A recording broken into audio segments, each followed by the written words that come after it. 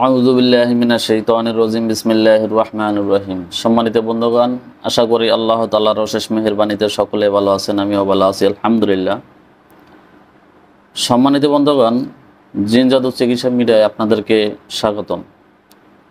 আশা করি আল্লাহ তাআলার অশেষ মেহেরবানিতে সকলেই ভালো আছেন। তো আজকে আপনাদের সামনে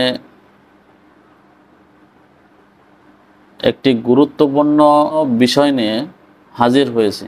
গুরুত্বপূর্ণ বিষয় হলো কিডনি ব্যথা দূর করার জন্য একটি আমল। অনেক সময় দেখা যায় প্রস্রাবের থলিতে ব্যথা অথবা কিডনিতে ব্যথা। এই ব্যথা দূর করার জন্য খুব শক্তিশালী এবং কার্যকারী এবং উপকারী একটি আমল। এই আমলটা যদি যথা নিয়মে করতে পারেন, আপনার কিডনি ব্যথা, প্রস্রাবের থলিতে ব্যথা ইনশাল্লাহ সম্পূর্ণভাবে দূর হয়ে যাবে, আল্লাহ তাআলা যদি চায়। সম্মানিত বন্ধুগণ, এই সমস্ত কাজগুলো করার জন্য নিজেরটা নিজে যখন করবেন, অবশ্যই সালাতকে আদায় করবেন, অবশ্যই সালাত আদায় করবেন, জিকির, নামাজ কালাম, এর সাথে হালাল খাদ্য এবং সততার পরিচয়, সততা, এইগুলো নিজের মধ্যে অর্জন করতে হবে। আপনি যত বেশি সত্যের উপরে থাকবেন, ন্যায়ের উপরে থাকবেন, আল্লাহ তাআলার প্রতি যত আস্থা বিশ্বাস রেখে চলবেন, ততই এই আমলগুলির গুণ, ফলাফল এবং কার্যকারিতা খুবই বেশি হবে। অনেকে বলে যে কাজ হয় না, আমি এই কাজটা করছি, কাজ হয় না। দেখেন, আল্লাহ তাআলার কালাম এমন একটা কালাম,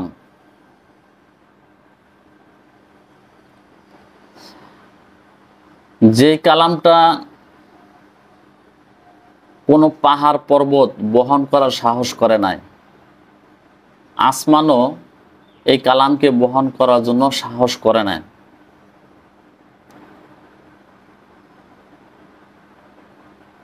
কারণ এর যে মর্যাদা আর এর যে ওয়েট, এর যে মানে ওজন, এই ওজন ধারণ করার ক্ষমতা তাদের মধ্যে নাই। তাদের মধ্যে নাই বলতে পানা চাইছেন কেন? যে এর ওজন আর ওয়েট আর এর যে এত মর্যাদা, এটি বহন করার মতন সাধ্য তাদের নাই। এই অপারগতা প্রকাশ করলেন আসমান জমিন। তো সেই কালামকে যখন আপনি এর থেকে আপনি উপকৃত হাসিল করতে যাবেন, আপনাকে কিন্তু ওই ওয়েট বহন করার যোগ্যতা আপনার হাসিল করতে হবে। তা হলো ন্যায়ের পথে চলা, আল্লাহর বিধানগুলোকে মেনে চলা এবং আল্লাহ তাআলার হুকুমগুলোকে পুঙ্খানুপুঙ্খ পালন করা এবং পরিপূর্ণ আল্লাহ তাআলার প্রতি আস্থা ও বিশ্বাস রেখে আমল করা। যখন এইগুলো আপনি হাসিল করবেন, ততই বেশি আপনি আমলে ফায়দা পাবেন।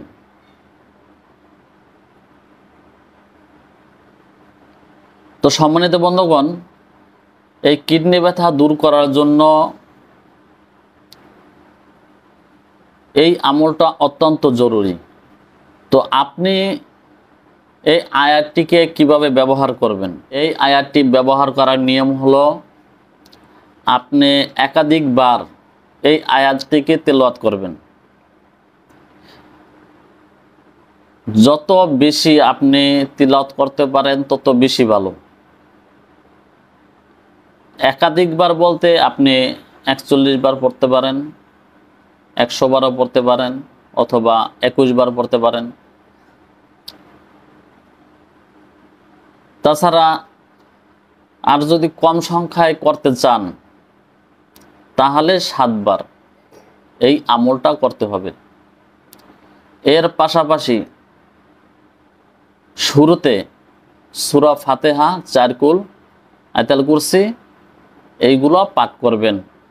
তারপরে এই আমলটা আপনি 7 বার করবেন, যে কমসে কম পাঠ করতে চান।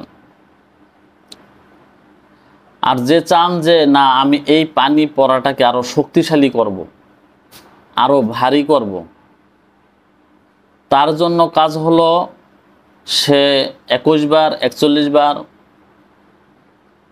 75 বার, এরকম বেজোড় সংখ্যায় আপনি যত মনে চায় আপনি বাড়াইয়া পড়তে পারবেন। যত বেশি পড়বেন, যত বেশি পাঠ করবেন, আপনার মনে ওই নিয়তটা থাকতে হবে যে আমি কোন কাজের উদ্দেশ্যে পানিটা ব্যবহার করব, ওই উদ্দেশ্যটাকে সামনে রেখে আপনি বারবার তেলাওয়াত করবেন।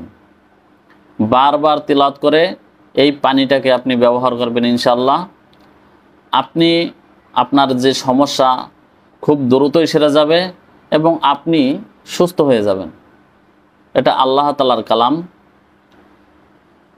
এই কালাম আপনাকে সাপোর্ট তখনই করবে যখন এর প্রতি আপনি আস্থা, বিশ্বাস, মনোযোগ এবং ন্যায়ের পথে চলবেন, তত বেশি আপনি এর ফলাফল পাবেন। এখন অনেকে নামাজ পড়ে না, অনেকে হালাল পথেও চলে না।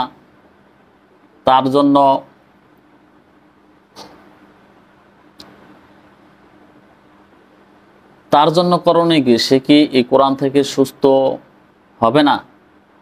অবশ্যই সে কোরআন থেকে সুস্থ হবে, তারও কাজ হবে।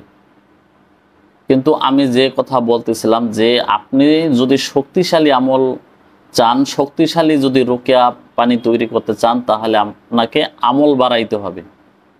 তাছাড়া কেউ নামাজ পড়ে না, জিকির আজগর করে না, সে যদি চায় যে আমি এই আমলটা করব, সে যদি চায় যে আমি এই আমলটা করব এবং এর ফায়দা আমি হাসিল করব, তাহলে সেও